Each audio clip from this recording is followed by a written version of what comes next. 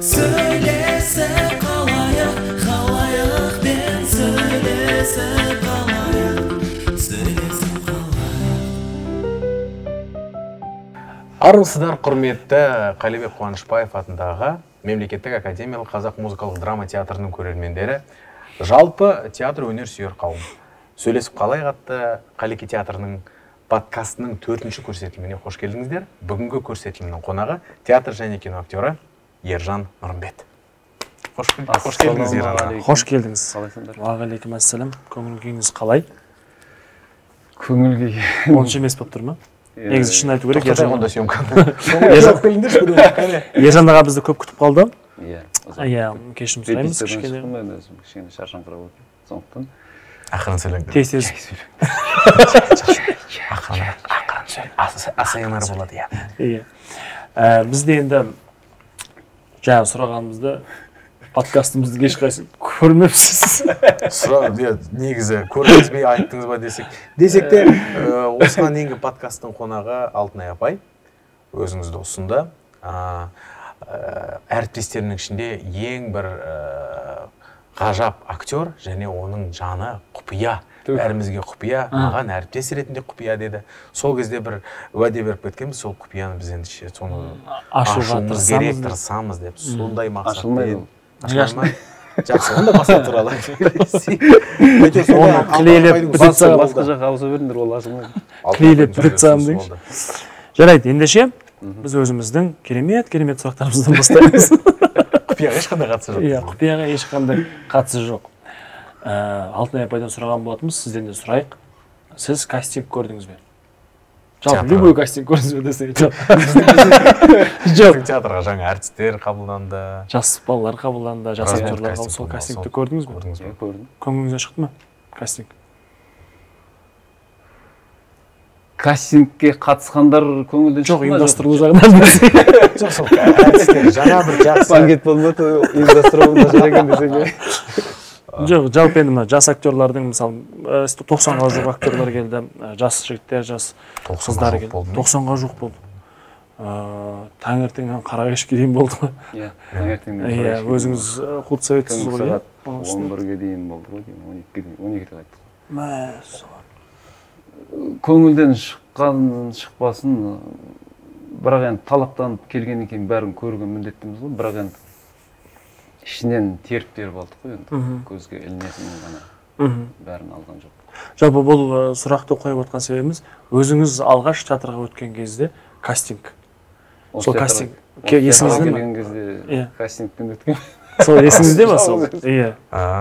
Есімде. Кімдер болды? Өткізді, иә. Ол худсовет өткізді. Рахмет. Келесі сұрақ. Жаңағы сұрақтың, алғашқыда қойылған сұрақтың да астары бар ғой. Иә. Келуші 90 бала, одан іріктелгені бар. Жалпы қазіргі, енді осы сахнада көрсетті ғой олар өнерлерін. Қандай уровень, қандай көрсеткіш, қандай ең бірінші мәселе тіл мәселесі. Сондай бірдеңелер сұрайын дедім да, сосын тіл мәселесі. Негізі қазақ өтпей қалғандар, кастингтен өтпей қалғандар, біле жүріңдер. Ың деген әріптер жөнді айтылмайды, көбісінде айтылмайды. Жоқ, ешқайсысында. Өзімнің, бірденінің, менің, осындайлар болды. Иә. Дикция жағынан көбі, кішкене тілдері қазақша сөйлеп тұрғанның өзінде де бір қазақшаға акцент бар сияқты ма, маған солай естілді әйтеуір.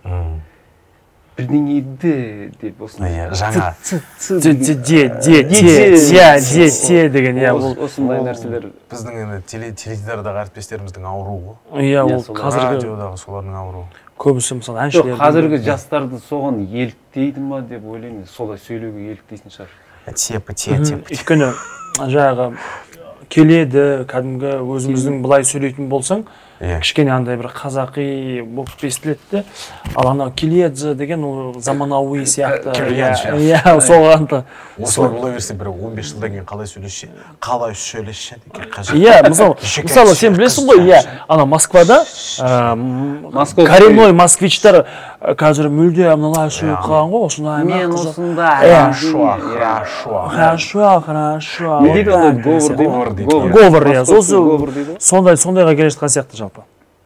Иә, мен анау орыстың актерларында осыдан 2 жыл бұрын Украина болғанда орыстың актерлары келді, проба жасауға. Сол кезде байқадым мен, кәдімгі здоровый жігіт. Менен де бірдеңе. Сөйлесіп, бірдеңе аңғырды көз сөйлеп, бүйтіп қарап, деп біртүрлі болсын.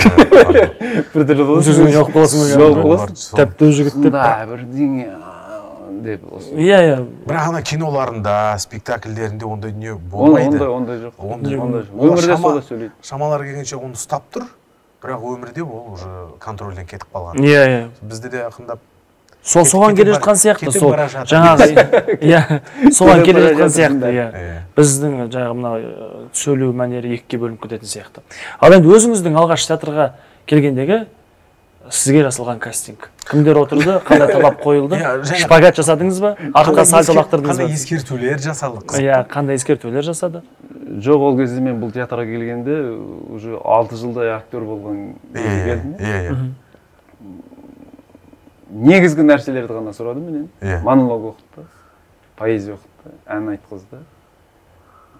Жылай аласың ба деді? Жоқ, жылау күлуді сұраған жоқ. Бірақ мен шынымды айтсам ше, анау 6 жыл театрда істеп жүріп, кастингтен келген адам намыстанады екен шынымен. Әрине. Сөз жоқ енді ол өз тәжірибесі. Мен ойладым сол кезде, мен қабылдамай ақ қойса екен деп ойладым өзім. Сол кезде. Қабылдамай ақ қойса екен, ішімнен намыс болды. Бірақ қабылдады, содан кейін өзім біртүрлі болды. Ереке, ол Қалеке театрының сахнасына дейінгі багажда рөлдер көп? Әне. Бірақ ол басқа школа. Иә, сөз жоқ. Ол школаны мұнда келгенде ол тек негізгі нәрселер ғана қалады ғой, мына школа басқа школа. Ана школа сағындыртпай ма? Сағынасыз ба, іздейсіз бе? Ол школадан мен керек нәрсемді алып алдым. Мына жаққа пайдаланды. Бірақ мына школаны мен меңгергенім үшін өте қатты қуанамын өзім. Осы актерларға мен осы Қуанышбаев театры гастрольге барды ғой. Спектакльдердің бәрін көрдім мен. Түркістанға, иә? Иә. Бұл сөзді мен талай рет айтқам. Спектакльдерді көрдім де, осы актерлармен бірге ойнауым керек мен деп солай деп шештім. Құласам осылардың қасында құлауым керек, жыласам осылардың қасында жылауым керек деп ойладым. Бірақ мұнда келгеннен кейін мен нөлден бастадым қайтты. Ана жақтағы нәрсенің бәрін тастап, керек нәрсесі ғана алдым. Мына школа басқа школа бұл.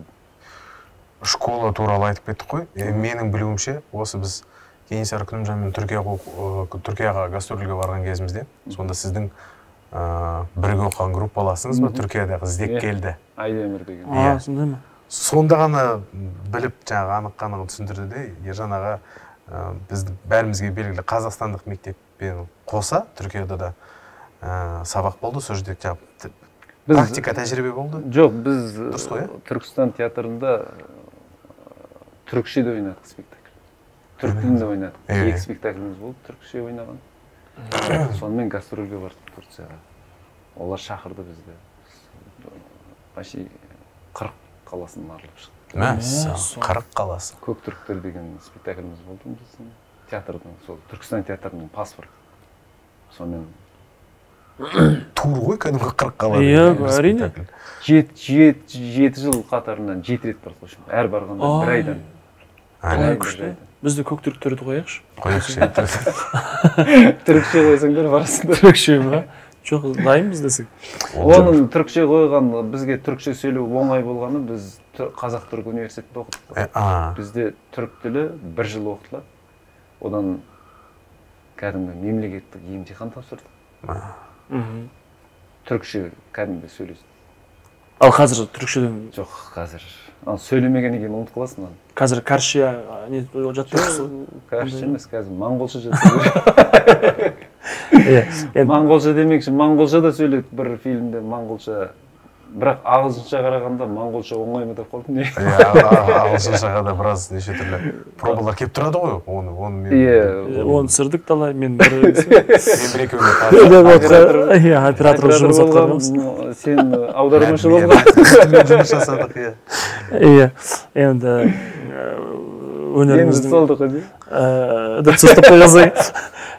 өнеріңіздің енді жалпы өнер жолыңыздың бастамасы Түркістан қаласы ғой Түркістан театры, қазіргі сазды драма театры Райымбек Сейтметов атындағы. Өзіңіз білесіз, жаңа театр салынды Түркістанда. Содан кейін кішкене дау болды соған қатысты. Ол рас әртүрлі конфликттер болды. Соған қатысты дау болды. Мына жақта актерлар, сіздің бұрынғы әріптестеріңіз, жалпы біздің әріптестер өздерінің наздарын айтып, неге Райымбек Сейтметовтың аты берілмеді, неге бізге салынды деді, бірақ бізді алмай жатыр деген сияқты кішігірім дау болды. Соған қатысты өзіңіздің пікіріңізді айта кетсеңіз, жалпы ол туралы әлі бір ресми түрде ешқай жерге өзіңіздің пікіріңізді білдірген жоқсыз ғой, деймін? Білдірдім. Білдірдіңіз бе? Первооткрыватель болып деп едік. Фейсбукта айттым, жазатын айтылатын нәрсені айттым.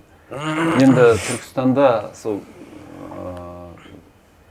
өнердің туын тіккен бірінші адам сол ғой, енді осы кейінгі кездегі. Сол ұлықтайтын бір адам болса сол Рекен ғой, біздің Рекен. Енді ол театрдың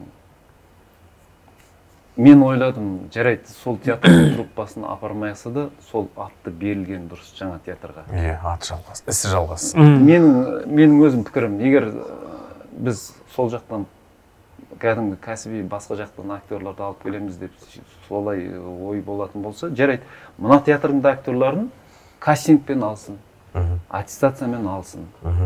Ашық болу керек қой барлық нәрсе. Бірақ енді ол атының берілгені, берілмегені емес мәселе. Бірақ ана Рекеннің аты қалмау керек еш жерден. Өйткені сол жерге театрды алып келген сол кісі бірінші. Бірінші адам сол. Драма театры деген, түсінікті алып келген жоқ. Театр деген түсінікті алып келген сол кісі. Ол кезде театрды тамаша деп, шаншар деп түсінетін халықты кәдімгі драмалық театрға кәдімгі көзін ашқан сол кісі ғой енді. Иә. Оның еңбегін еш қылмау керек деп ойлаймын. Өте дұрыс, мен өзім қолдаймын, келісем. Өте дұрыс, мен де қолдаймын. Тура менің ойымдағыны айттыңыз. Шынымен Райымбек Сейтметов ағамыздың еңбегі өте орасан зор. Жоқтан жасады, жоқ жерден. Тақыр жерден шынымен де театр жасады. Елемей кету ол шынымен де дұрыс емес деп ойлаймыз. Еленбегеннен бұрын ұлықтау керек оны. Әрине, ұлықтау керек, дұрыс. Қосыламыз. Ал енді келесі сұрақ бізде. Қазіргі кезде театр актері статусы халық арасында өз дәрежесінде ме? Театр актері халық арасында. Енді бұрынғы 80 жылдар, 70 жылдары жағы Әнуар Молдабеков, Асанәлі Әшімовтардың статусы қандай болды? Қазір ме? Ал қазір өз дәрежесінде ме?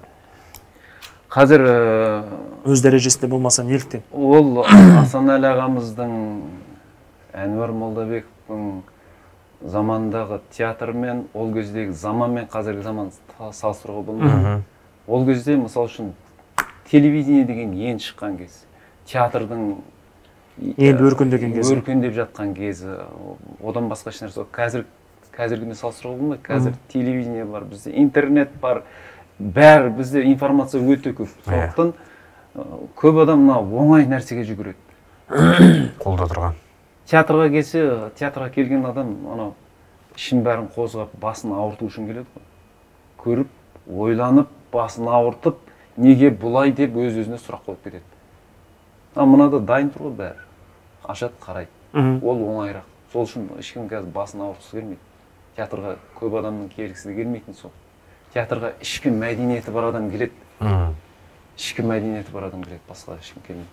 Яғни бізде бәрібір дегенмен ішкі мәдениет әлі қалыптаспаған дейсіз ғой, толыққанды талғам деген сияқты нәрселер, иә? Талғам жоқ. Иә, менің ойымша жаңағы айтып жатырмыз ғой, әлемде бүкіл жерде Америка болсын, тіпті мына тұрған көрші елде, Ресейде де интернет бар, жаңағы онда да YouTube бар.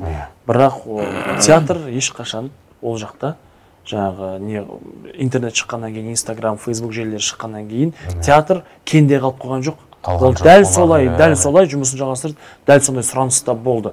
Яғни, бізде жаңағы ішкі мәдениеттің, талғамның, жаңағыдай орысша айтқан кезде біздің халықтың көбісін быт жеп жатыр. Оның үстіне Ресейдегі сананы тұрмыс билейді дейді ғой. Тұрмысқа көбірек билетеміз біз, бәріміз де солаймыз. Бірақ амал жоқ.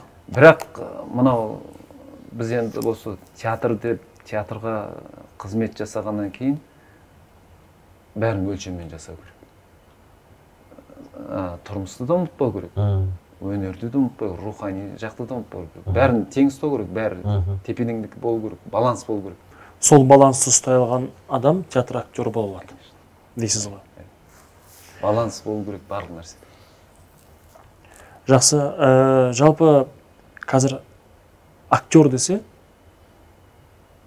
театр актері. театр актер. Мысалы актер десе қазірде жаңағы талғам ойлайсыз. Жалпы мен мынандай сұрақ бар. КВН-нан шыққан қазіргі КВН-нан шыққан КВНшілер өздерін фильмге түседі де актермыз дейді.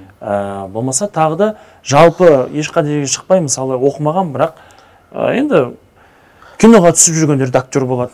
Біз актермыз. Кез келген сериалға түсіп. Иә, және де мысалы әзіл әлеміндегі өнер көрсететін әзілкештер өздерін актермыз дейді. Жалпы оларды біз ара жігімізді ажыратуымыз керек пе? Жалпы оларды біз өзімізді әртістеуіміз керек пе? Жоқ, оларды актер ма әлде қалай жалпы? Жалпы қазір халық актер десе көз алдына кім келеді? КВНшік келеді. Халықтың өзіне. Көбісі солай. Ал сіз кімнің келгенін қалайсыз? Бұлардың қалай ойлағанын қалайсыз? Актер деген жалпы менің пайымымда актер деген тек сахнадан, экраннан ғана көріну керек. Тойда, тағы бір жерде, Қосалқы нәрселерде жалпы. тағы бір жерде, анау күніне 45 сериал көрсетсе телевизордан, соның 37-сінде жүрудің керегі жоқ, меніңше. Актерлік дегенде бұлақ емес қой, бұл таусылмай бет құйыла беретін. Адам кішкене актер адам сақтау керек өзін. Жақсы рөл үшін сақтау керек. Менің жақсы рөлім алда деп. Мен өзім сондаймын. Менің жақсы рөлім алда. Қазір бүгін маған бір ұсыныс түссе, бүйтіп қарап шығасың да, мүмкін бұл емес шығар деп. Мүмкін бұл емес шығар. Менікі алда. Осылай талғам болу керек деп ойлаймын актерді. Ал жаңағы айтып отқан КВНшікте актер, анауда актер, анау тамада актер. Енді олар сол актердің атын жамылып жүрген адамдар ғой. Ал шын мәнінде кәсіби актердің жұмысын жасай алмайды олар. Ол бәрібір бір жерінен шығады. Оның оқымағандығы, оның кәсіби еместігін бәрібір жерден шығады. Халық солай деп қабылдаса, халыққа не істейсің? Біз халықтан биік емеспіз. Халық не деп қабылдайды, соны жасайсың.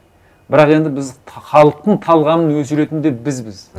Иә, онда өткен жолы Алтынай апайда сұхбатта айттық. Талғамды өсіру үшін өзіміздің артымыздан, соңымыздан ертетін бізбіз. Сондай, сол нәрсе бізде қазір ақсап тұр.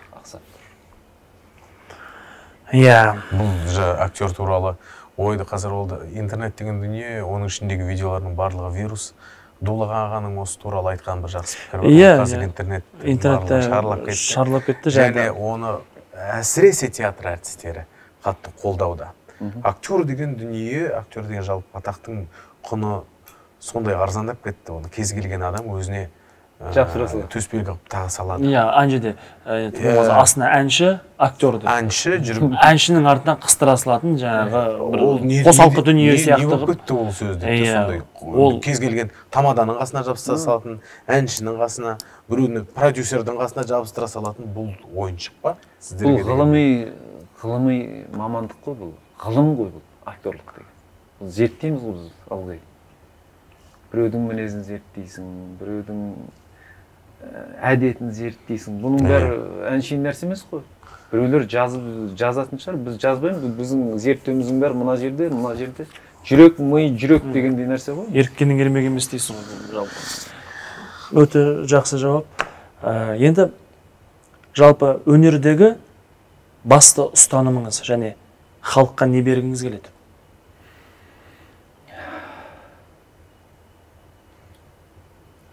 Деген үшінші сұрақ. Әлі осыған жауап беріңіз. Өнердегі ұстаным дейсің бе? Өнердегі ұстанымыңыз, басты ұстанымыңыз. Халыққа және халыққа не бергіңіз келеді жалпы? Халықты алдағым келмейді ең бастысы. Халық қазір өтірік нәрседен шаршады ғой. бәрі өтірік, телевидениеде өтірік нәрсе көрсетеді. Әзіл оспақ өтірік бәрі. Сахна менің өтірік айта алмайтын жерім, осы сахна. Не болса да мен бір нәрсе бергім келмейді халыққа. Мен театр деген өзі эмоцияның ортасы ғой. Сол эмоцияны шын бергім келеді болды. Сол ғана. Әр заманның жарыш, актер деген заманның жарышы дейді. Заманның шындығын айтады, ақиқатын айтатын адамдар. Олар енді ашық айтпас, бірақ ісімен, әрекетімен, үнімен қоғамға деген көзқарасын білдіреді. Мен де сол қоғамға деген көзқарасын білдіремін ылғи. Ішіңізде бір қандайда протест болатын болса, соны да білдіресіз. Міндетті түрде. Рөлінің ішінен бір үнінен, дауысынан, қимыл әрекетінен ол бәрібір көрініп тұрады. Соны айт. Бәрекелді. Актер. Қатты ойланып кеттім. Басқаны кеттім ме? Аузын ашып жібер десің.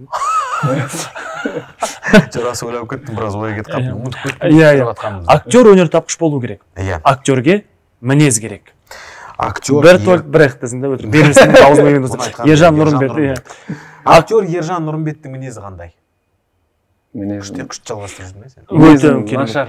Нашар дегенде жоқ. Сіздің мінезіңіз көп адамға, тіпті мысал келтіре кетейік, Алтынай апайдың өзіне жұмбақ ретінде көрінеді. Сіз жаңағы бір ашылмайтын құпия ретінде көрінеді. Ержан ағаны ұстасаң, одан кейін сен де солай жасай алады екенсің.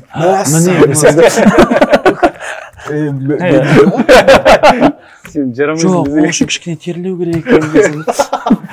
Өз-өзіңізбен дос болар ма едіңіз? Тура өзіңіздей адаммен. Өзіңіздей мінезі бар. Дос болмайды шығар. Әрине. Дос болмайды. Кетсін әрі. Дәл өзім, мінезі өзім сияқты адаммен дос бола алмаймын. Жалпы негізінде дәл сіздей мінез болатын болса, сіз ол кісіні жақтырмайтын едіңіз. Жақтырмайтын. Айналып келе беретін цикличный кругқа айналып.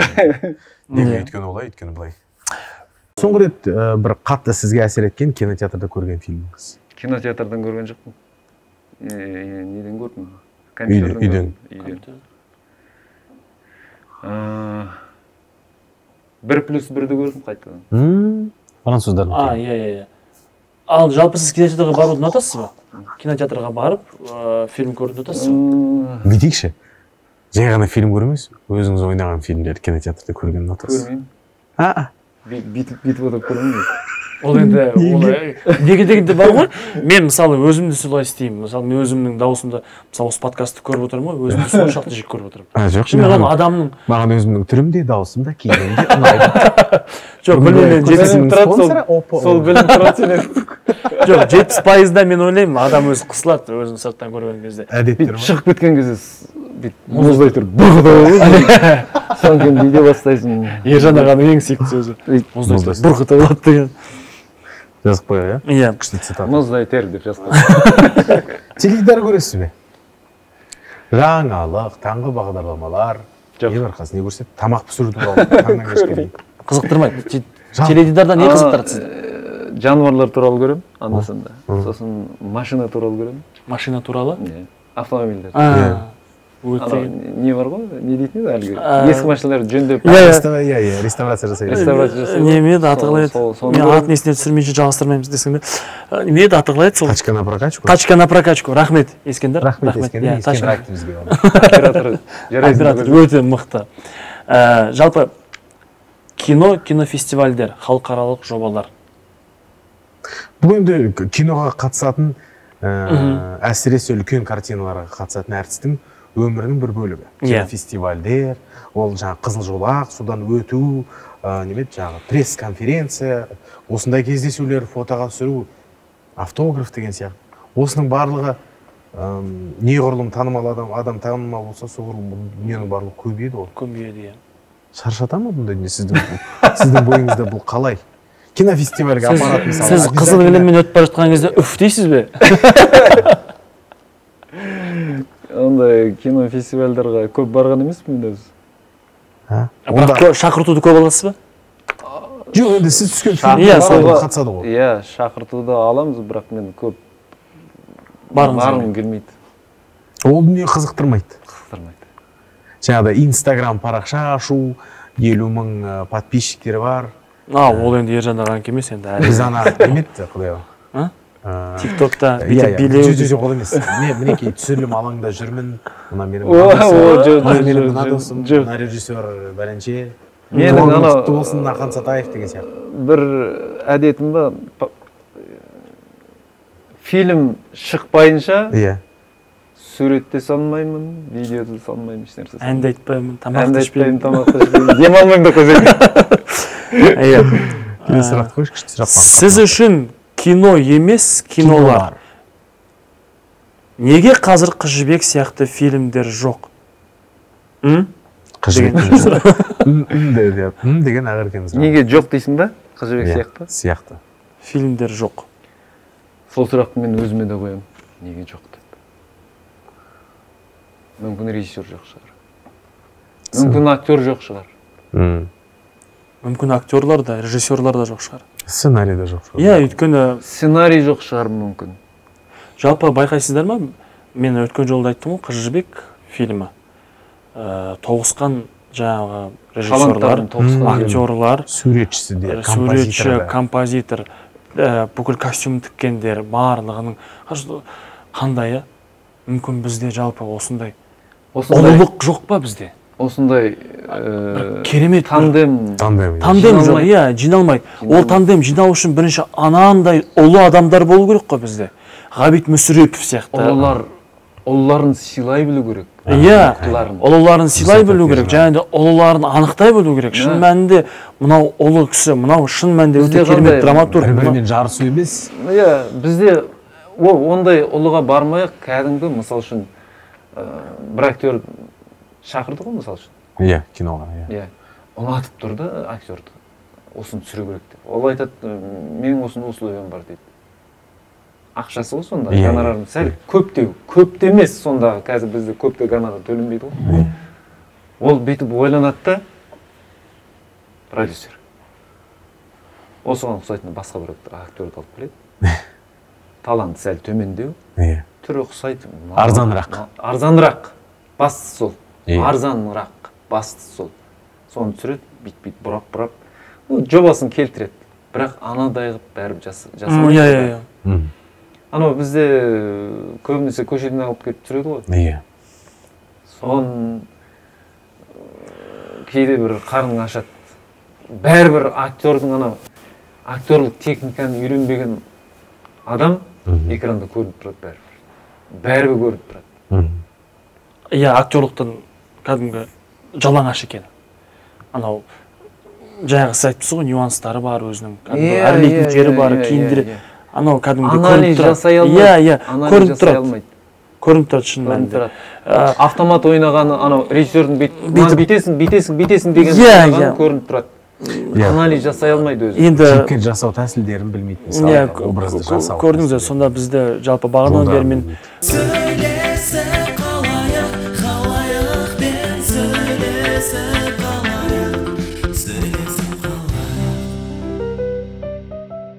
бағана айтып жатырмыз ғой, негізі Қыз жібек фильмі, жаңағы ұлылардың тоғысуы, бізде неге ондай жоқ, талғам неге төмен, соның барлығы жалпы жаңағы біздің осы минутқа дейін сөйлескен әңгімеміз деп өзі шатаспасаң айналып келгенде барлығы қазір біздің қоғам, біздің адамдар ақшаға кеп тірейді.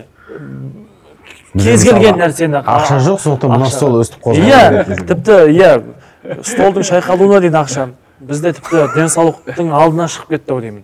Жалпы әрбір керемет бағалы дүниенің, бағалы ұғымның, бағалы құндылықтың алдына ақша шығып кеткен деуге болады. Сондықтан бізде қазір Қыз жібек сияқты фильмде жоқ, театрда трендте емес. Мына столда өстіп шайқалады бітірсең де. Өкінішке орай. Заманауи. Сіз трендін солай деп айтамын. Кесіп алмайсыңдар, өткендері кеспеген. Жоқ, кеспеймдер. Заманауи кейіпкерлерге келмейін. сенімсіздік бар. Олар маған кезінде. Өздері келсін. Иә, сұрағым не кетті, заманауи кейіпкерлерге келмеймін, сенімсіздік бар деп айтыпсыз. Сонда заманауи кейіпкер деген кім, ол қандай болу керек? Сізге сонда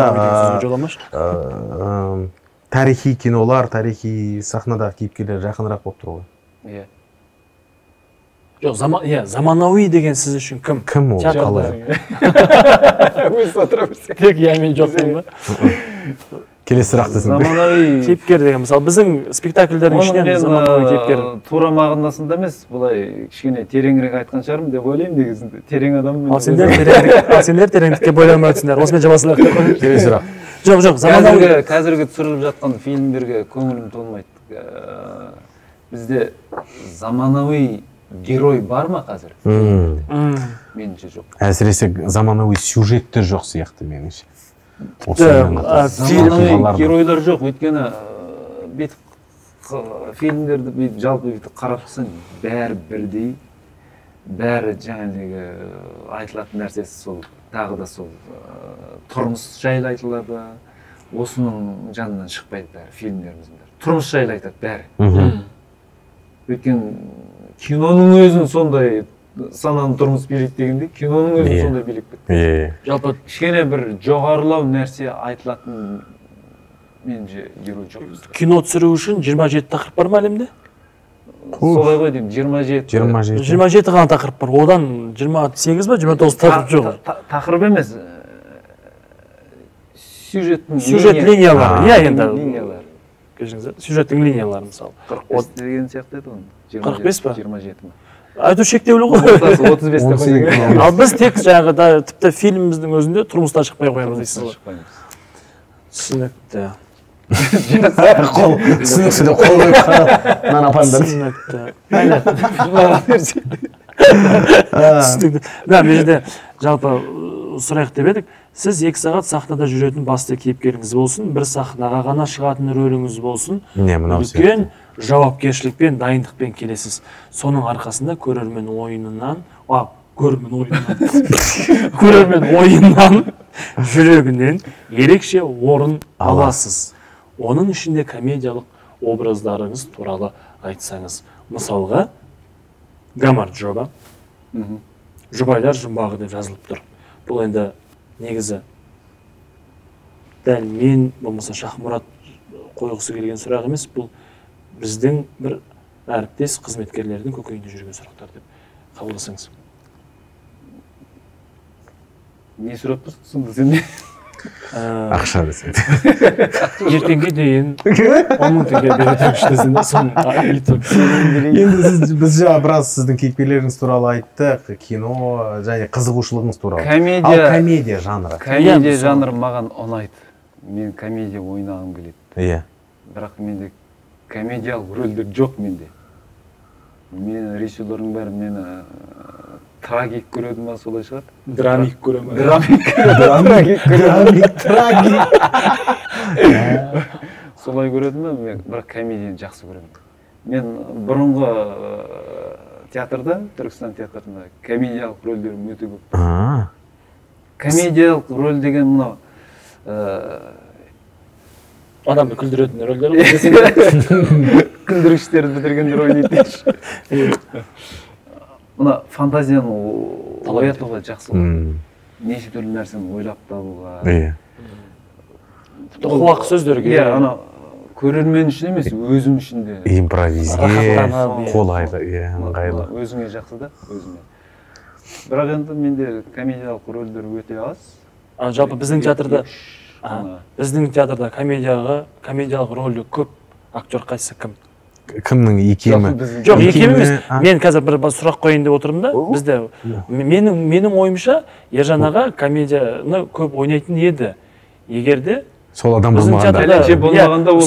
Сіздің ойыңызша біздің театрда кейбір комедиялар жалпы ерте түсіп қалған жоқ па? Және де ұзақ уақыт бойы біздің театр комедия қоймай кетті дегенге келісесіз бе? Келісемін. Соның арқасында мысалы жаңағы Ержан аға сияқты, Шахмұрат сияқты жаңағы комедиялық рөлдері азайып қалды. Ол бергі шығын Иә. дейік. Соның арқасында біз біраз көрермендерімізді жоғалтып алдық деуге бола ма? Үйлену мысалы бізде болды. Гамар жоба мысалы, иә. Күшік күйеу деген спектакліміз болды. Оны жаңартып жіберуге болатын еді. Біз өйткені Шахмұрат, мен және де Олжас біздің буын кірдікте сол тоқтаттық дейсіз. Кірдікте соны тоқтаттық. Олардың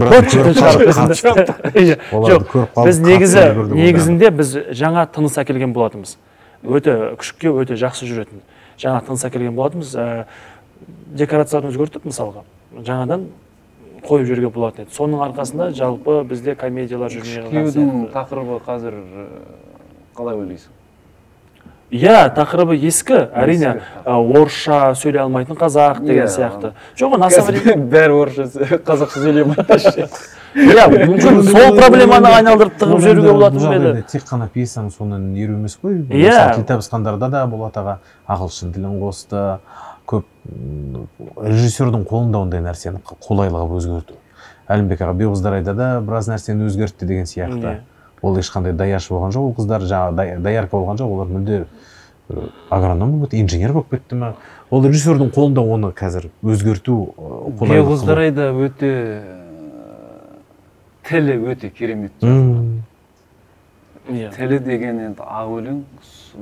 Бұрын мен де ойнадым. Сіз де ойнадыңыз. Әбубәкірді ойнадым. Мен де Әбубәкірді ойнадым. Ол енді қол алысып қойыңыздар дұрыс. Сөйлеген кезде ағылып тұрады ғой. Иә, төгілдіріп, бірінен кейін бірі кете береді. Өзің шығарып жатқан сияқты. Шынымен мен осы ақмамады көріп қойсың.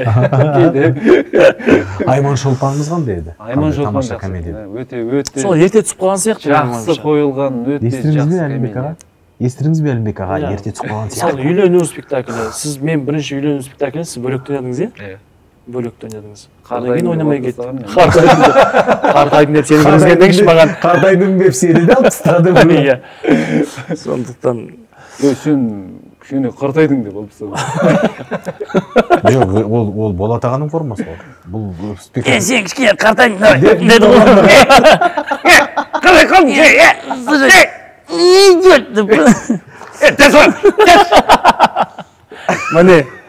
Міне рөлді солай алады біздің театрда.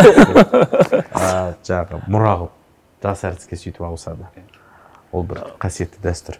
Мұра берген жоқ, қартайғаннан амал жоқ бердік қой десең. Бір адам қартайғанда жасқа наследство қалдырады ғой. Мен Әбішті де солай бердім. Міне соны қозған деп отқам. Әбішті де менің өте бір жаным ішкі дүниемнен шығатын рөлдерімді Әбіш өте қатты жақсы көреді. Ол да енді оны өзім жасым ұлғайғаннан кейін Нұркенді өзіммен қатар Нұркенді әке деп айтып тұрғаным кішкене. Иә. Өзім қысыла бастадым содан кейін. Режиссер да ұсыныс тастады ма? Режиссерға мен айттым. Жанат кіргізейік. Ты что, братка? Братка. Ондай адамға бару ол қиын ба? Өз рөліңізді, өзіңіздің жасаған рөліңізді. Спектакль үшін. Спектакль мынандай төрт аяғымен теңдей тұру керек. Иә. Шатқа аяқтамай. Жасты жас ойнау керек. Стол құсап. Кәріні кәрі ойнау керек деген сияқты. Иә. Анау қанша анау жастың энергиясын беремін дегеніңмен ойнайсың оны, ойнап бересің. Иә. Ал жас деген ол ойнамай-ақ береді. Оның екеуінің айырмашылығы жерінен көктей. Ол энергия бәрі көрініп тұрады жас. Мен сізді өте сол кезде енді мен түсінем өнер адам болғаннан кейін, мысалы менің де өз рөліме деген дұрыс тұрғыда қызғаныш, дұрыс тұрғыда өзіңді орынды, бірақ соны нете тұра шын мәнінде осылай ойлап режиссерға өзің барып ең сүйікті рөліңді басқа бір әртіске табыстайық, мынау болмайды, өнерге деген бұл өнерге деген қиянат болады деген сияқты өте керемет қарым-қатынас театрға деген бұл өте сүйіспеншілік басым деймін сіздің алдыңызда. Мен де басым деймін. Мен де өз-өзім алдында басым деймін. Мен өз-өзіме не берейін басым. Әлеуметтік желілер, оған қалай қарайсыз? Мына Facebook, Instagram, әсіресе қазір театрларда осы құралды көп қолданғыш болып кетті. виртуалды әлем, жалпы интернетті көп қолданасыз ба? Соңынан бір ілесіп жатсыз ба? Жоқ. Қызығасыз ба? Өздерінше бір екі жігіт подкаст түсіретін болыпты деп. Иә. Жоқ, жаңағы Ұзын құлақтан естің ба көзіңе? ноутбуктан кино көреді екенсіз, одан басқа тағы бір Википедияға жүгінесіз ба бірдеңені білгіңіз келсе, я болмаса Фейсбуктағы болып жатқан танымал блогерлердің Қаншалықты уақытыңызды көп алады осы Инстаграм желісі? Жалпы интернет. Көзіңіз қалай көреді жалпы? Мен көзім нашар мысалы. Соңғы рет окулистке қашан бардыңыз? 100% көреді көзім. Әне? Көзім 100% көреді. Мен кішкене бұл сала емес, басқа саланда кішкене қызығатын нәрселерім бар менің. Мен кәдімгі шығыстық единоборство деймін. Телефондар. Би. Шығыс халқының билері. Оздоровительный гимнастикалар бар ғой, соларды қараймын, солардың кішкентай нәрселерін ұрлаймын өзіме пайдаланамын, жаңағы жаттығуларын жасаймын. Сол қызықтырады маған. Тибеттік медицина қызықтырады. Қазір бір дәрінің рекламасы жасайды. Ламифаре. Осыны ішкенде. Я чувствую экономика деген. Оған мәжбүр болған себебім денсаулық. Денсаулық кішкене сыр бере бастаған кезде соған жүгіндім. Содан кішкене өзіме керек нәрселер таптым. Соны ылғи пайдаланып тұрамын. Соны жасаймын, дайындаламын. Сол да қадым. Сосын мен білуімше музыканы жақсы көресіз, әсіресе шетелдік орындаушылар. Енді қараш мен қызық айтайын. Ержан аға қарасаң, жаңағы Ержан ағаның ойнаған рөлдері жалпы көп айтып жатады, жалпы домбырамен айтқаны қазақи сондай Ержан ағайы, бірақ тыңдаған әндері Nothing gonna change my life for you. Мен соны түсінбеймін да, Ержан ағаға айтамын ғой. Иә, Ержан аға сіз неге қазақшан мүлде тыңдамайды деп айтуға болады. Тек домбырамен жаңағы Ақан сері, Біржан Салдың әндерін, народный әндерді тыңдайды, бірақ қазіргі кездегі бір жақсы әндер тыңдамайды. Неге десе, мен сөзін түсінгім келмейді. Сөзі түсініксіз әндер жақсы көремін. Солай ғой, театрға мен есімде келе жатқанда Ержан аға наушникпен бірдеңе тыңдап жатыр екен, не тыңдап жатсыз десем, сұмдық айтады екен деп қосып қалсам, Уитни Хьюстон ар жағында I run to you, I wanna run. Ержан аға қатты сол жағы полностью әннің энергетикасы. Қазіргі әндерді тыңдайын десең, ана сөздерін бір жұтаңды оған бет, ананың сөздің соңына ерсең, өзің жұтап қаласың ба? Жан дүниең жұтап қаласың ба? Сұмдық анау басында ұрып жібереді ана сөздер. Күйдім, сүйдім, өлдім, жандым. Проблема көп. Одан да сол сөзін түсінбейтін, бірақ онда музыка бар ғой. Олар әнді сөзін түсінбесең де кәдімгі әңгіме айтады олардың. Шын мәнінде әлемдік деңгейдегі әншілер ғой. Ричард Маркстың да мысалы үшін. Өте қатты жақсы көремін. Дауысын да, үнін де, сөзін де бәрін музыкант ретінде де жақсы көремін. Дамбриз ретінде де. Иә, дамбриз ретінде. Қобыш ретінде де. Стингті жақсы көремін мен. Бүкіл концерттерін баяғыда жинайтын мен. Кассета еді ғой өзінің. Иә. Бүкіл концертін жинап, кімді... Кім еді? Кімді? Кім бір тағы? Паваротtiдің бүкіл... Лучиано Паваротти. Сосын кім еді? Адам атын есіне сақтай алмаймын мен. Мен әнмен айтсаңыз тауып беру көмектесем. Меломан жігіт. Амдап. Кішігірім Шазам. Кістік десін. Кішігірім Шазам. Шазам де қазақшамен. Шаям де кісін. Шаймай Шазам. Жарайды, келесі сұраққа кетейік. Келесі сұраққа кетейік. Сізді Нұркен аға дуэльге шақырыпты. Сол дуэльге шақырған есімде жоқ. Мен бір Инстаграмға бір сурет салды ма, етіп аяғын көтеріп тұрған. Иә. Мүмкін солай меді. Сол жалпы дуэль шақырды, сол дуэль... Болмаса бір сұрақ жауап бір нәрседе кімді дуэльге шақырар едіңіз деген. Ержан Нұрымбет. Солай болды. Солай болды деймін, иә? Сіз енді сол мысалы...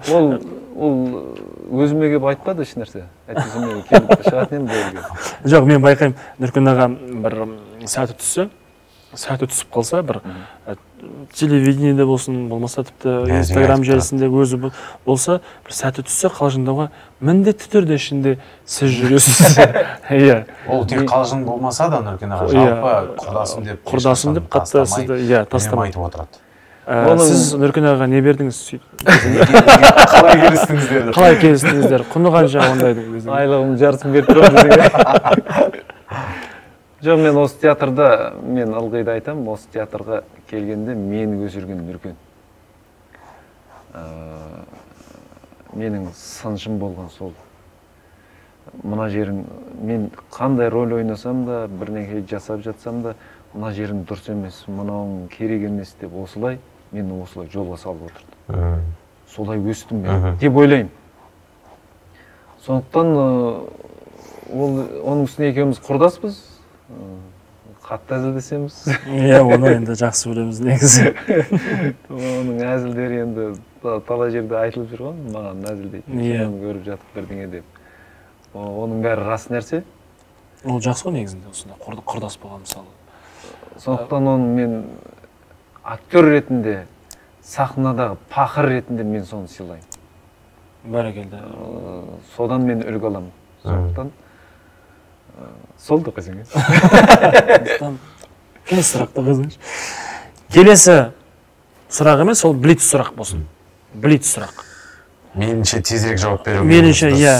Мына екіншіден бастай Тез берейік. деген нәрсе болмайды, менде тек жай. Жай. Кеттік. Сізге бір мынандай не ұсынып тұрмыз, соны не қылып не жіберсеңіз деп.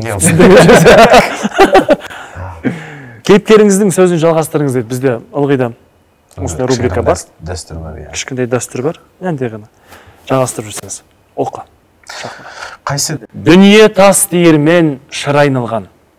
Алыс кет, бәрі алдамшы, бәрі жалған. Арбалып алданба сен жердегі, өлімнің көлеңкесі ол құралдаған. Дүние сенің үшін мәңгі қалмас. Болмассың сен де онымен мәңгі жолмас. Жел жетпес желмаяңа мін де достым, өзге бір өмірге көш, жан суалмас. Ой, бәрекелді. Дәруіш рөлі жалпы режиссермен жұмыс депті. Сізге осы Ләйлі Мәжнүнде режиссермен жұмыс ұнады ма жалпы? Қандай қиындықтарға тап болдыңыз? Қиындықтарға тап болған жоқпын, басынан бастап қиындық болды. Қиындықтан басталды. Қиындықтан басталды. Өйткені спектакльдің басын мен бастаймын ғой. Мен шыға салып сөйлесем, нет дейді. Мен бұл әдісті білем, бұны алып тастады. Айналып кеп, бұлай сөйлесің, бұны да білем, бұны да алып тастады. Бұлай сөйлесің, бұны да алып тастады. Таусылып қалдым мен кәдімгі. Мен өзім сондай бір актер емеспін ба деп ойлап қалдым өзім. Осы уақытқа дейін не істедім мен, не істеп жүрмін осы уақытқа дейін деп, осында ой келіп. Сондағы Барзудың айтатын ғой, сен өзіңді бездарым деп ойлама дейді. Өзің ойлап тұрсың, уже түк жоқ, не істерін білмейсің. Түк таппай қалған кезде ол айтады, міне енді дұрыс жолға түстім дейді. Қандай жол? Жол жоқ. Қайда барарын білмейсің, таусылып қаласың, еш нәрсе жоқ. Осылай. Бірінші ударды мен аламын, бірінші. Басталады, менің біраз сөзіме 2 күн, 3 күн тұрамыз кәдімгі дейші. Жүрмейді арқара. Солай қайналдық. Бірақ сол нәрсесін, актерлық ойындың нәрсесін подачаны өзгертті бізге дейді. Актерлық подачаны өзгертті. Оның бізге айтқан нәрсесі, біз сахнада ойнаған кезде жалпылама қарап ойнаймыз ғой. Ол айтады, зрительдің көзіне қарап ойнады. Зрительдің көзіне қарап ойнасаң, сен зрительден бұрын сен өзіңе әсер етесің дейді. Шындығында сондай екен, мен соған көзім жетті. Зрительдің көзіне қарап тұрсаң, кез келген зритель көрермен, орысша сөйлеп кете беремін мен. Орысша мектептерген ғой. Көрерменнің көзіне қарап тұрсаң, мына ішіңде басқа бір толқын пайда болады. Үнің өзгере бастайды. Мен одан кейінгі ол спектакльден басқа спектакльдерді солай ойнай бастадым. шынында да басқа бір үн пайда болады. Бұл бір сізге деген 7+1 бар ғой, Иә. соның оқитын монологын бір көрермен көзіне қарап оқып тұрған кезде алдында кәдімгідей деп еңкілдеп жылап солай ойнайды. Көрермен көзіне қарап ойнап тұрған кезде өксік жоқ, әншейін көзден жас парлай берді. өксік жоқ. Анау әлсіз, өксік деген әлсіздікті білдіретін нәрсе деп ойлаймын. Анау соншалықты мықты адам, мықтылығының арқасында сол жерге барып отыр ол деп ойладым. Ал кез келген адам жындыханаға бармайды мысалы үшін. Өз-өзін жындыханаға барып тықпайды ғой ешқашан. Мен сондай әсер етті маған. Сондай бір өзгеріс алып келді. Сол үшін мен ол кісіге разымын. Керемет. Мен де Баразу Абдразаковтың жаңағы Ләйлі Мәжнүн жоқ, бірақ қатыстым. Керемет. Мен де ойнағым келеді сондай рөл деп қойып кетсең де. Ал енді келесі блиц бізде. Қай режиссермен жұмыс істер едіңіз, егер олар бір уақытта ұсыныс тастаса? Сергей Потапов, Сергей ғой, иә? Дұрыс, иә. Сергей Потапов, Айрат Абушахманов, Әлімбек Оразбеков, Фархат Молдағали, Дина Құнанбай, Жұлдызбек Жұманбай. Гүлсина Мирғалиева. Гүлсина Мирғалиева. Потапов шығар. Маған шиесі ұнады. Шие ұнады. Шие өте қатты ұнады. Актерлық ойынға құрылған нәрсе. Соншалықты ансамбль деген сұмдық ана актерский ансамбль. Бұлай міне, әртүрлі инструмент сияқты, бәрі түбінде унисон шығады. Әртүрлі инструмент, бірақ унисон. Мен бір как раз сол қойылып жатқан кезде мен съемкада жүрдім ғой, басқа елде. Иә. Қайтып келгеннен кейін қашан болады деп болатын келіп көрінді. Мынандай бір эйфория пайда болды менде. Көріп өткеннен кейін шепейді. Деп мынандай бір іштің тола бір дем пайда болды кәдімгідей. Мәс сұмдық қой мынау. Оны мен қалай қойылды, неге бұлай қойылды деген сұрағына мен де жауап бере алмаймын. Оны мен жұмысымда жоқ, мен актерлік ойын үшін көрдім. Мені тартқаны актерлік ойын ондағы. Рахаттанасың көріп отырып. Қызығасың. Сен де солардың бірге ойнағың келеді. Сондай бір нәрсе пайда болды. Тамаша. Тамаша. Енді келесі. Мына әріптестеріңізді үш сөзбен. Маған қарап айтса? Үш сөзбен қыламыз ба? Жоқ әлде? Бір сөзбен десеш? Әлде мүлде сөзсіз қыламыз ба? Сөзсіз жасап көрейікші, шарасын білдір. Бірінші сөзсіз. Сипаттап беріңізші. Ол әрекет болуы мүмкін, ол дыбыс болуы мүмкін, ол әуен болуы мүмкін. Тек сөз емес. Тек сөз емес. Бірінші деп қайтыла бересің артынан. Тілектес Мейрамов. Сөзсіз.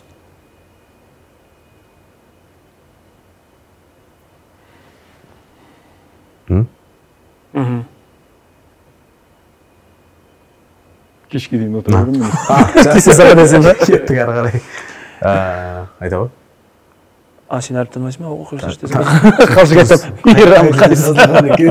Мейрам Қайсанов. Әйтпесе мынау ғой. Өзіміз ғада білеміз. Нұрсұлтан Есен. Білмеймін. Ол кім десеңші? Жас актер ма тақпай сенге? Мұнадан. Оны біз-ақ көрсетіп. Ары қарай. Сырым Қашқабаев.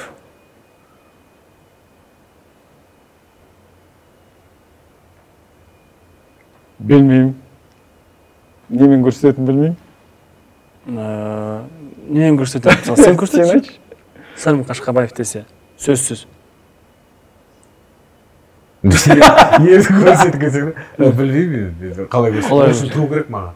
Сен тұр? Тұрысын көрсететінен бүйтіп тұра. Иә. Сөйтіп тұра ма? Иә, сөйтіп тұрады. Жанат Чайкина. Апайымыз. Жанат деп интриговать еткен. Иә. Алжир азасы. Сөйлеп қоямын ғой кезде. Ән болсын мейлі. Қандай ән айтатын еді? Күштендер. Білмеймін. Қиын тапсырма екен, ә? Қиын тапсырма өте. Алтынай Нәгербек. Жоқ, Алтынай Нәгербек. Осылай айтайыншы. Оның мен партнер болдым ғой, білем ғой. Ал енді үш сөзбен сипаттаңызшы. Болат Ыбыраевты. Үш сөзбен. Біздің актер ағамыз Болат Ыбыраев. Үш сөзбен. Үш сөзбен дейсің бе? Болат Ыбыраев аға деп тұрсың үш сөзбен. Бетім қызарып кетті ме? Иә, бетім қызарып кетті. Керемет. Қуандық Қыстықбаев. Үш сөзбен. Патриот деген ат қойып бетіңіздер. Арасында бір не бар, тағы да қандай бір атты есімдер бар еді ғой. Сіздер қатарға сөздеріңіз қойған бір. Сквозняк. Сквозняк. Сквозняк? Неге сквозняк? Оны дуылға қойған олады. Сквозняк дейді. Сквозняк. Дуылға ағаны шақырған кезімізде сұраймыз осы сұрақты. Желпілдеп бүйтіп ұшып жүреді ғой. Иә, соны сквозняк бергел дейді. Сквозняк деймін сөйтсем қуандық жүріп келатыр. Нұркен Өтеуов соңғысы, үш сөзбен. Үш сөзбен салайын ба жоқ, айтайын ба? Сипаттаңыз деп айтайын ғой, иә? Білмеймін, мен Нұркенді қайтып келтіретінін білмеймін. Үш сөзбен. Мен суретін салам оның. Мен оның суретін салам. Не істей алмаймын, келтіремін. Оны сіз суретін салып беріңіз, біз осы... Суретке келген кезде, мысалы, мен саған қазір көрсетемін. Ал. Вот, келесі рубрика осы жалғасып кетсін. Міне. Кімді таныңыздар? Кімді таныңыздар? Комментарийді жазыңыздар. Комментарийді жазыңыздар. Кім? Бұл мен ғой дейсің. Кім өтті менен сұрағысы? Нартай аға ғой. Нартай аға? Иә. Бірақ кішкене родинкасына қарағанда Синди Кроуфордқа ұқсайды екен. Нартай аға ғой деймін. Міне. Бұл да маған ұқсайды екен. Бұл Ерлан аға. Ерлан аға. Малай, Ерлан аға. Үй жөн. Иә. Міне. Мұны терминатор. Бірақ бұл театрымыздың актері Жәнібек Мұсаев. Бәрекелді. Мынау менің арық кезінде сол. Бұл сен бе? Иә. Мен шашым осылай болды ғой, беттейсің де ме? Иә. Шашым мынандай өзгеретін еді ғой. Бәйтен Омаровқа ұқсап тұрсың мына жерде. Кеш. Жақсы. Тура салған. Міне. Құрдасы. Тамаша. Нұркен аға. Нұркен аға. Осындай өнер бар Ержан ағамызда. Өте керемет. Выставкасы болады. Бұйырса болады. Венада. Саған, мынау. Мынау Жанаға. Қандай? Енді міне. Тамаша. Жанғалдыбек аға және Мейрам аға. Мейрам ағаны қайттан салу керек, негізі жастау кезде қызың. Қазір әжептер қартайды. Жалпы сіздің сұрайын деген бұны достық шарж деп атайсыз өзіңіз, Инстаграмда салып, Фейсбукта салып тұрасыз. Жалпы сіздің үйіңізде осылай суретке, карикатураға, болмаса достық осылай бір шарждарға бейім адам бар ма? Кімнен келген өнер? Кімнен келген? Жалпы қашаннан бері сала бастадыңыз? Өзіңіздің осындай қасиетіңіз бар екен, қашаннан білдіңіз? Осы кейін, осын сурет салған кезде білемін, мен көзіңе. Жоқ, мүмкін баяғыдан сол. Қысқа қайра салады. Иә. Осы сурет салып кезде, мен бейім екем деп бір. Өте керемет. Анау, сіздің бұрын мен ертеректе не жасаған, жақсы көретін, пародия жасаған. Көп адамдарға пародия жасайды. Ана жақты, как будто басқа жақта жүргендей, Түркістан театрында жүргенде де өзім ұстазыма да жасайтын, көп адамдарға осылай пародия жасайтын. Содан кейін анау характерді ұстап, зерносын ұстап. Ұстап, мына жерде тұра берген жаманда ол шығып кетпесе, мазаны алып қояды бейт. Біреуді бейт саламда бейт жүрісін, мысал үшін сені саламда, жүрісіңді бейт салдың да, осыны мына жерде сақтап жүре берсең шаршатып жібереді адам. содан кейін суретке салып тастау керек оны. солай шығып кетеді. Шығып кетеді. Мысалы үшін мен анау Қашан шығып кетті, көрдің бе? Нартай анау нені ойнайтын кезде Құнанбайды. бір ай бойы миымды ашып жіберді гримеркада. Иә. Мынау қандай, мынау неге, мен мына жерім бүйтейін деп жатырмын. Содан кейінше уже миы толып қалды. Иә, ми толып қалды ше кәдімгідей. Оны шығару керек. Оны шығарып тастау керек. Содан кейін отырдым да бүйтіп салайын десем сала алмаймын, шықпайды. Салайын десем сала алмаймын. Сөйтсе қалам жазбайды екен. Сөйтсем қолымда қалам жоқ десең. Қайта салам шықпайды. Жазған приколдар. Содан кейін оның видеосын қарадым. Видеосын қарап отырып ілінді, характерін ілінсе мен қарамай сала беремін. Характері ілінсе, ілінбесе сала алмаймын. Қанша бүйтіп неге басып да сала алмаймын, характерін таппасам. Иә, бұл суреттердің ең бастысы сол характердің мына зерноны қазақша дәнінің табылғаны. Дәнектің табылғаны. Комментарийда тағы ұрсады, анау томпақ жүргізуші орысша сөз айтты. Иә. Театр кеңістігінде театрдың термині болып есептеледі. Зерно, шлейф деген сөз. Так что не надо. Егер сіздің өміріңіз кітап болса, ол қалай аталатын еді? Ол кітап. Кітап. Қандай қалыңдықта болады? Қандай қағаз қандай? Переплет қандай? Гибкий ма, жоқ па? Глянец. Және қай баспадан шығарылды? Тиражға шығарылды. Кәдімгі кітап, Иә. тақырыбы жоқ бірақ. Тақырыбы жоқ? Неліктен? Неліктен деймін? Өйткені ол тақырыпты мен ғана білуім керек. Оны ашып оқыған адам ғана білу керек. Тақырыбы не екен, не туралы екен. Ол сыртында тақырыбын жазып болсаң, ол әркім өз тақырыбын ашып оқысын, соңында дейін ұнамаса жарысын тастап кете салсын. Сөйлесіп қалайық, халайықпен сөйлесіп қалайық, сөйлесіп қалайық. Өтпей қалдыңдар ма? Екі нәрсе.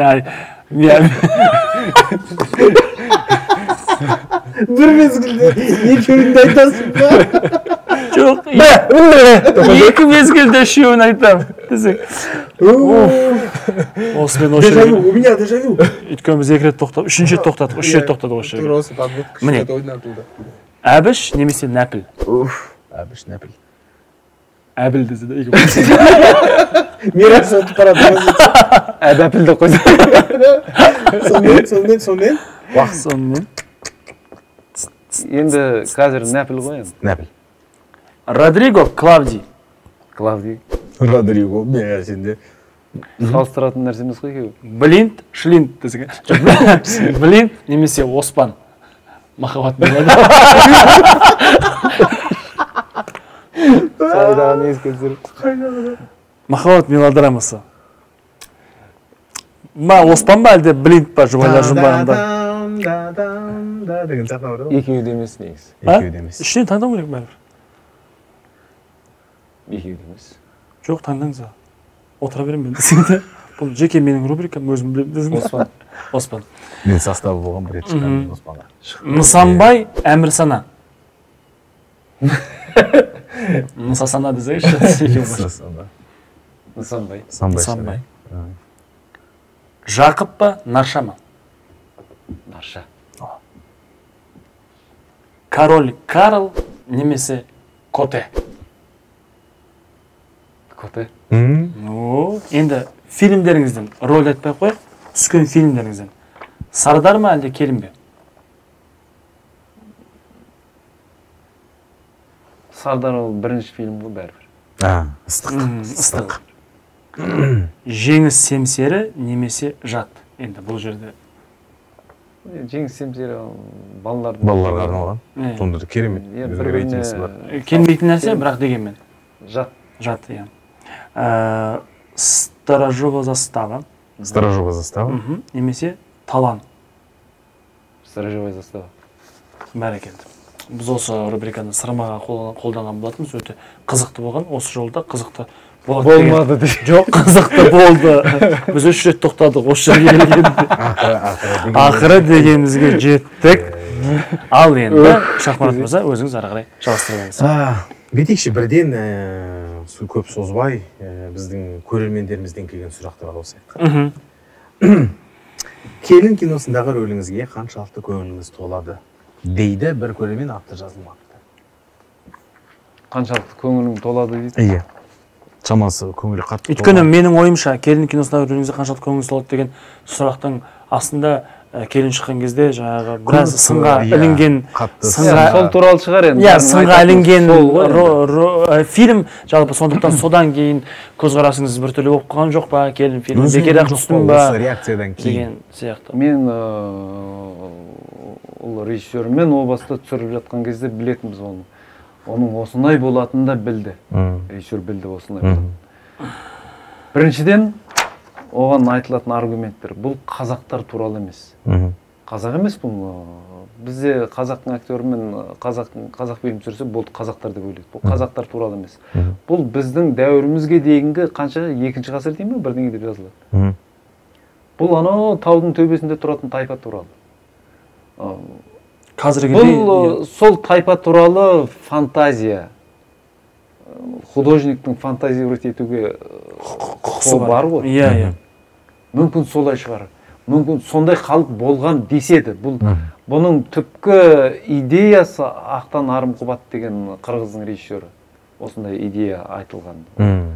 Ол сол жақта өмір сүрген халық па солай өз. Ескі түркілер ғой енді ауыл бастағы. Өлген адам жерге көмілмейді, жерге түсе алмайды, жер жоқ, қар. Қыста да қыс, жазда да қыс. Содан кейін бұлар жәндегі сондай бір тенгри ғой жәндегі. Тенгриянство. Құс шығып жеп кетсе, оның жаны кетті жоғарыға деген типа сондай. Ол кезде әлі мұсылман діні келмеген, ислам діні келмеген. Сол туралы бұл фантазия деп ойлаймын. Бұндай халық бар ма екен, жоқ па екен, оны да білмейміз. Бұл көркем дүние. Сондықтан оны мен өзіме баға бермеймін ешқашан. Қаншалық көңілім толады, толмайды деген сұраққа да жауап бере алмаймын. Мен өмір бойы өз-өзіме көңілім толмай келе жатқан адам. Көңілім толмайды ешқашан. Осы бәріне ұнап жатса да өзімнің ішімде бірдеңе тұрады. Неге бұлай болды, неге жетпей қалды бірдеңе деген. Мен өзімнің ішімдегі шкаламмен, ішімге айтпайтын шкаламмен баға беремін. Болды. Түсінікті. Ары қарай бұл енді сұрағымыз осындай бір комментарий жазыпты. Ура, лучший деп жазып қойды. Яғни сіздің келетіңізді білген. Сіздің келетіңізді білген, қуанып, лучший деп жазыпты сізді. Сіз кітап немесе фильм үшін жылап көрдіңіз бе? Иә. Олар қандай кітаптар мен қандай фильмдер? Жоқ, мен жерде қаршы фильм үшін жылап көрдіңіз дегені. Фильмді көріп отырып, содан әсеріңіз сондай болды ма? Иә, жазылған сапасын. Жоқ, иә, сон. Авторский құқықты сақтау үшін. Дұрыс, жақсы. Иә, кітап маған жалпы өміріме әсер еткен, менің өзіме бұлай негізгі болмысыма әсер еткен кітаптар бар. Оның ішіндегі ең алдына қоятын ол Джек Лондонның Мартиниден. Ол кітапты мен 7-ші классымда оқыдым, одан мектеп бітіргеннен кейін оқыдым. Кейіннен 4-5 жылдан кейін қайта-қайта оқи беремін. Өйткені оның ішінде шын мәнінде герой бар. Біздің тілімізбен айтқанда герой бар. Тұлға бар кәдімгі, тұлға бар. Оның жазылуының да тарихын мен кейіннен зерттеп жүріп, кейіннен әр жерден оқып жүріп білдім. Ол Джек Лондонның өзі екен ондағы Мартиниден. Бұл анау әбден жазушы болады ғой бұл. Жазушы болып әбден несі мейманасы дейді біздің жақта. Мейманасы толған кезде, кемеліне жеткен кезде бұл өз-өзіне қол жұмсауға барады. Суицидке барады. Джек Лондон. Қайта-қайта кейіпкер 2-3 рет бұны аман алып қалады. Содан кейін бұл отырады да бүкіл өмірінің бәрін кейіпкерге жазып, кейіпкерді өлтіреді да ананың бәрін. Жаңағыда қызық екен. Анау Мартиниден барлығы жетеді, байлығы да жетеді, атақты, анау бір жерінде айтады. Бұл әжем моряк болады ғой кәдімгі. 6 ай теңізге кетеді, 6 ай ақшаны тауып келеді, келеді 1 ай бойы ішеді сол ақшаға, қайттан жұмысқа кетеді. Бұл тірлігі сол ғана. Бұл бір қызды көріп, жалпы мағынасы ғашық болып, өз-өзін соған дайындайды ғой, мен де интеллигент адам болам деп. Сол мақсатына жетеді жазушы болып. сөйтеді да жаңағы көшеде келе жатқанда ақшалы адамдар болған шляпасын шешіп сәлем бере бастайды. Сосын бұл ойлайды, мен кешегі сол бәрібір Мартин Иденмін ғой дейді да, кешегі. Иә. Бұлар неге бүйтеді маған дейді. Мен еш өзгерген жоқ. Менің атақ даңқымды ғана сыйлайды бұлар дейді. Содан түңіледі бұл әбден. Бір мұхитта пароход кетіп бара жатқан кезде бұл ешкімге айтпай шығады да теңіз түбіне секіріп кетеді, мұхитқа секіріп кетеді.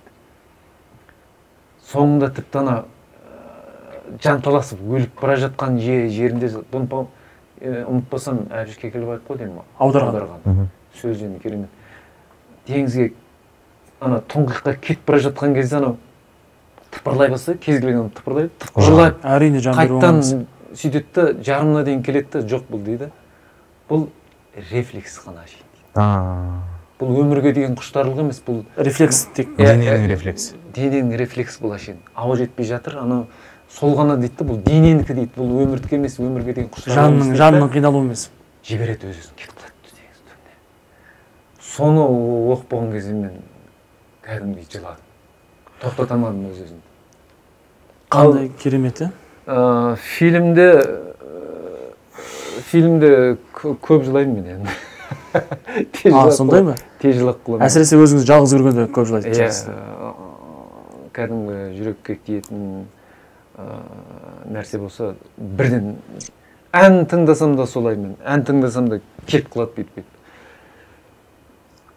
Ол өте жақсы. Бірден кетіп қалады бүйтіп.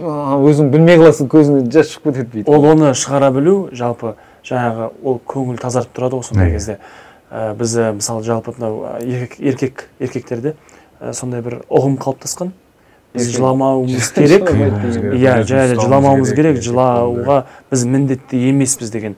Иә, әрине, бір балаңның, ұлыңның алдында кейбір сәттерде болмаш нәрсеге жылау болмайтын шығар, бірақ дегенмен өнер адамы, оның ішінде еркек, осындай мысалы Ержан аға сияқты, меніңше өте мықты фильм.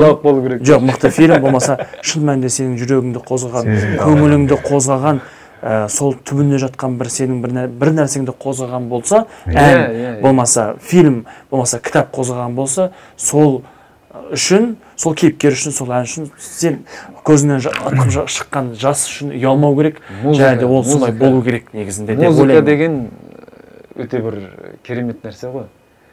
Оны ішкі дүниенің бәрін қозғайды ғой. Шын мәнінде қалған нәрсені сөзден жалыққанда, сөз біткен жерде музыка басталады дейді ғой. Иә. Сен түсінуші сен түрің сол түсінбейтін адам ұқсайсың деп. Түк білмейтін адам ұқсайды осы десің. Жоқ, қайта сен көп нәрсе білетін сияқтысың. Сондықтан сіздің айтып жатқаныңыз ол көздің жасының келуі ол индикатор сияқты ғой адамның бойында. Шынайсың ғой десе. Шынайы сондай. Енді мен сендерге түсіндірейін деші. Көзден жас сондықтан тыңдаңдар. Ал, қой құрсын. Әңгіме қызық. Тағы сұрақтарымыз бар біздің көрермендерімізден. Сізді үнемі күліп жүретін позитив жан көремін. Шынында солай ма деп. Бұл шатастырған жоқ па?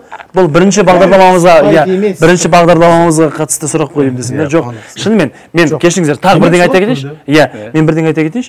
Жалпы Ержан ағаның өзінің бір жұмбағы бар екен, өзінің бір ішкі құпиясы бар екен сезем. Жаңағы айтып отырған кезде таңғалып отырмын. Өзінің кітаптары, жаңағы бір Джек Лондон туралы өзінің бір керемет неординарный ойлары бар, білем, бірақ дегенмен басқа адамдар, мысалы тіпті мен қасымдағы Алтынай апай сияқты болсын, басқа әріптестеріміз айтқатындай, дәл сондай бір қатты бір жұмбақ, іште тұйықталған, бір құпиясы ашылмаған деп мен білмеймін, мен өйтіп Ержан ағаны көре алмаймын. Өйткені Қуандық аға бар, Ағатай дейміз ғой, Ағатай бар, Ержан аға бар, сосын мен үшеуміз отырған кезде ма, сондықтан ба, иә, біраз өзіміз үшеуміз тырқылдап, айтатынымызды айтамыз, білмеймін, одан кейін біз... Алтынай апайды ортаға алып үшеуіңіз отырыңыздар, өзгереді. Жоқ, одан кейін біз жұмысқа кіргенімізге бір 2-3 жыл болған кезде ғой, сол кезде Ержан ағамен көп қалжыңдасамыз. Қазіргі бізден кейінгі поколение Ержан ағамен күшті қалжыңдасады, күшті тіл табысады. Сол кезде біз келгенімізге 2-3 жыл болған кезде Ержан аға айтатын: сендер осы ғой, мен бір дос бола, класстас боламын сияқтысыңдар. Баяғыдан бірге жүрген сияқтысыңдар бірге деп дейтін да. Сондықтан мен үшін шынымен де позитиві өте көп. жетет, бір басына әзіл қалжыңы да жететін болса мен тұлға ретінде көремін. үнемі айтып жүретінмін менің Ержан аға туралы. Аға буын әріптесіміз болса да, әріптесті әріптесте көріп, оның жақсы қасиеттерін, жақсы жағын бірден еш жаңағыдай аянбай, жас болса да әртіске айтып отырады. Маған мысалы, ең алғашқы маған айтқан сөздеріңіз, маған сондай бір маңызды болды, сондай дүниені есту. Есімде жоқ, бірақ маңызды болды. Бірақ сол кезінде ол айтылды, ол айтылу керек болды. Бірақ сол кезде көп сондай дүниені естігім келіп жүрген мен тек Ержан ағадан ғана естідім соны. Ол демек кейіпкерге де сөйтіп өтесіңдер ме? Демек ол заготовкалар болды. мен монолог жазып отырмын айтып болайын. Келесі кейіпкерге де ешкім айтпаған, сіз айтып жатсыз. Вовремя айтады керек нәрсе. Маған айтылды ол. Уақытында айтылады да. Жоқ, кейін айтпай. уақытында деген басқа. Вовремя деген кішкене ұзақтау. Вовремя деген кішкене ұзақтау. Шынымен де сіз сондайсыз ба? Сіз үнемі күліп жүретін позитивті жан деп көремін. Позитивті жансыз ба? Деген сұрақ бар бізде. Жауап бермейсің. Менен кім нені көргісі келеді, соны көрсін болды. Әне. Мен черный квадрат малеечный черный квадрат. Таңертең. Мені сондай адам деп ойласа, демек сондай адам. Таңертең сіз қандай оймен оянасыз?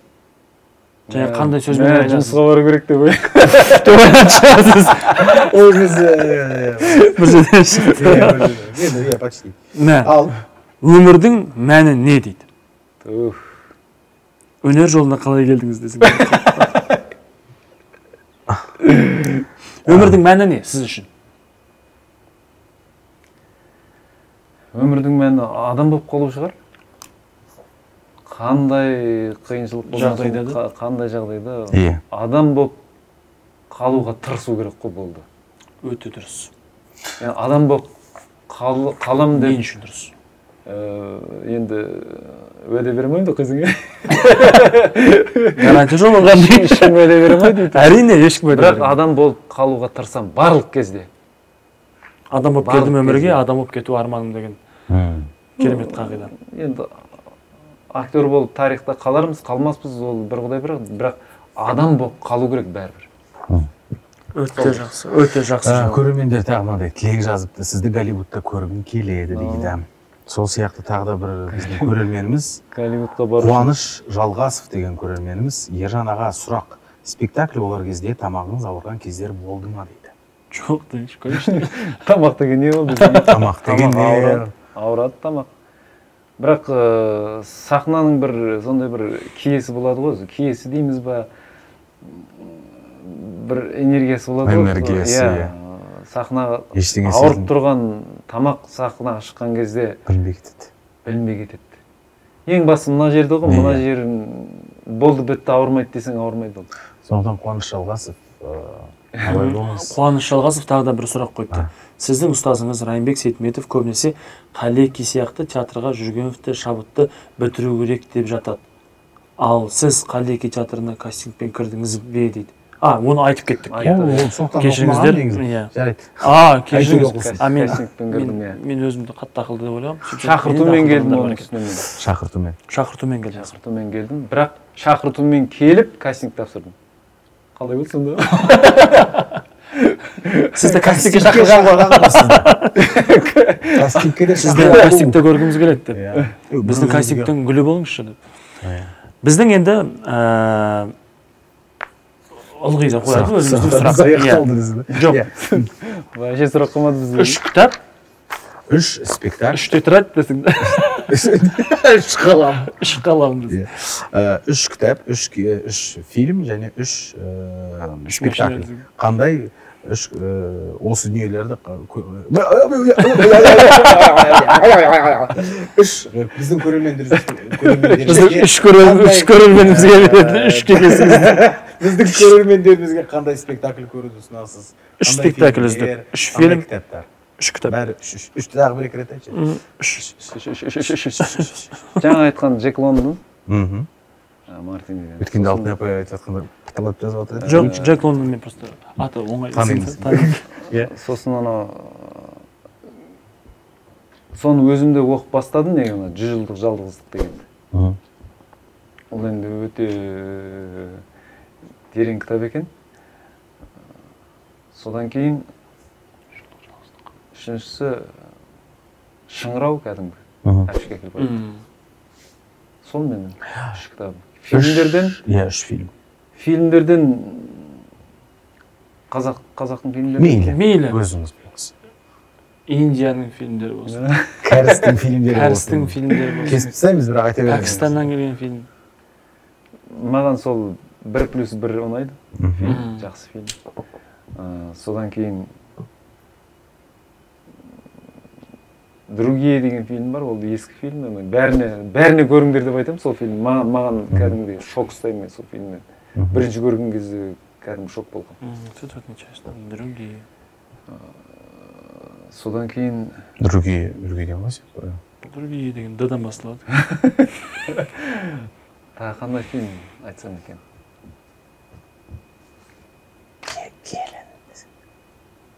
Жоқ. Мен өзім түскен фильмдерімді көріңдер деп, өзім ойнайтын Біз дубляж жасап жібереміз да? Өзім ойнайтын спектакльдерін көріңдерші деп айтпаймын ешкімге. Неге?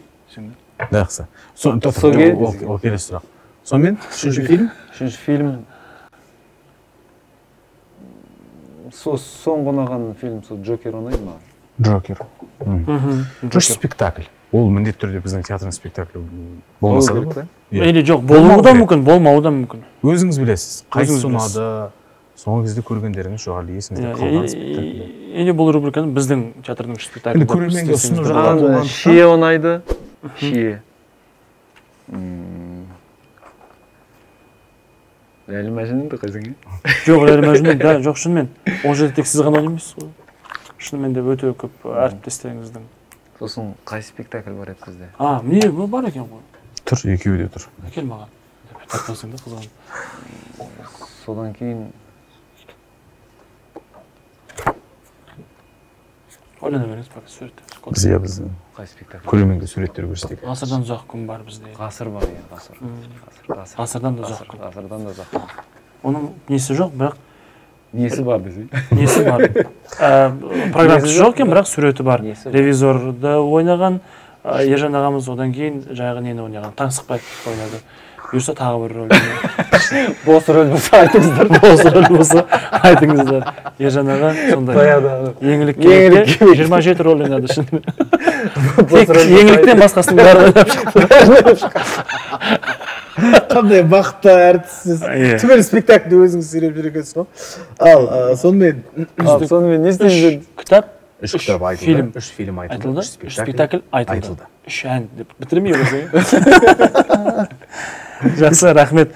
Жалпы бізбен бірге осындай подкастта сұхбат құру сізге ұнады ма? Ұнады маған.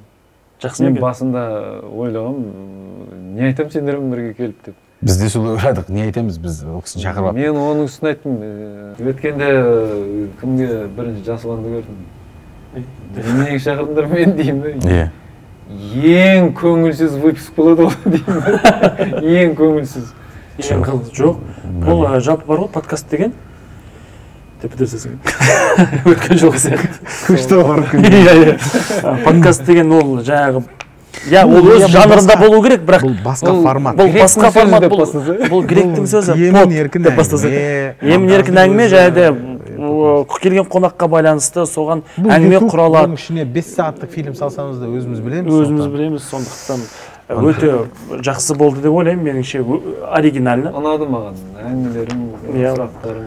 Иә. Бізге де өте ұнады. Ержан аға, біздің осы подкастымыздың тағы бір маңызды дәстүрі, әрбір келген қонақ келесі көрсетілімнің қонағын өзі ұсынады. Сізді Алтынай апай ұсынды, сондықтан сіз ойнатып жібере ма?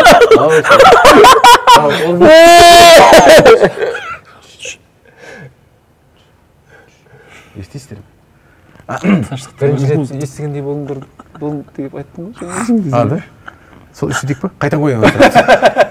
Сонымен, сіз кімді ұсынасыз? Келесі сөйлесіп қалайық подкастының қонағы.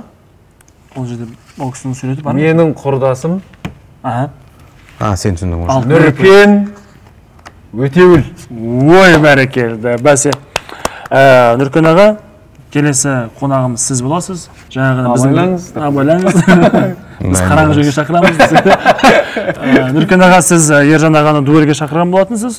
Ал Ержан аға сізді біздің подкастқа шақырып отыр. Сізді қуана-қуана күтеміз. Құрметті көрермен, ал сіздер осы Аспен ұрғанда аспен ұрын десе. Құрметті көрермен, егер Нұркен аға қояр сұрақтарыңыз болса, осы құрметті көрермен, егер Нұркен аға қояр сұрақтарыңыз болса, қазір Нұркен аға нөмірін жазып қоямыз. Инстаграмына, яғни біздің театрдың Инстаграмына дайректке я болмаса, осы видеоның астына комментарий ретінде жазуыңызға болады, міндетті түрде ол сұрақ қойылады. Ержан аға, келгеніңізге көп рахмет. Ержан аға, күшті, керемет әңгіме болды. Ерекше болды, ерекше арбыңдадық, ерекше армансыз еркеледік. Келгеніңізге рахмет аға. Рахмет, жақсы. Осындай бір керемет ашық алаңдарда, осындай бір риясыз әңгімелер бола берсін, біздің подкаст жасай берсін. Осымен біздің төртінші көрсетілім өз мәресіне жетті. Сау болыңыздар. Финал бар, сендер дайындалайын. Ержан аға сәттілік. Өз финал болды ғой мынада. Нұрлан аға үйреткен. Кеттік, бәріміз қол бұлғайық.